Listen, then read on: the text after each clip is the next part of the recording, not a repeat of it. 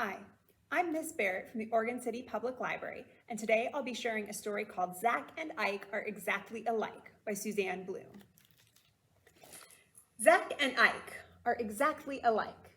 Wriggly hair, googly glasses, giggly grins, strong muscles, kind hearts, stripy shirts, and helmets. Ike has a backpack just like Zack. Zack has a bike just like Ike. Every day they race downhill through the sea serpent swamp to their secret hideout. They unpack their tools and get to work. Or they explore or practice tricks or wrestle or read. "Let's go for a hike," said Ike. "Let's go back," said Zack.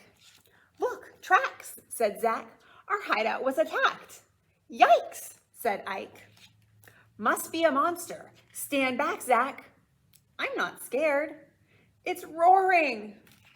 "Oh, it's a puppy." It was snoring. "Let's call him Spike," said Ike. "Let's call him Mac," said Zack. "Spike, Mac, Spike, Mac, Spike, Mac.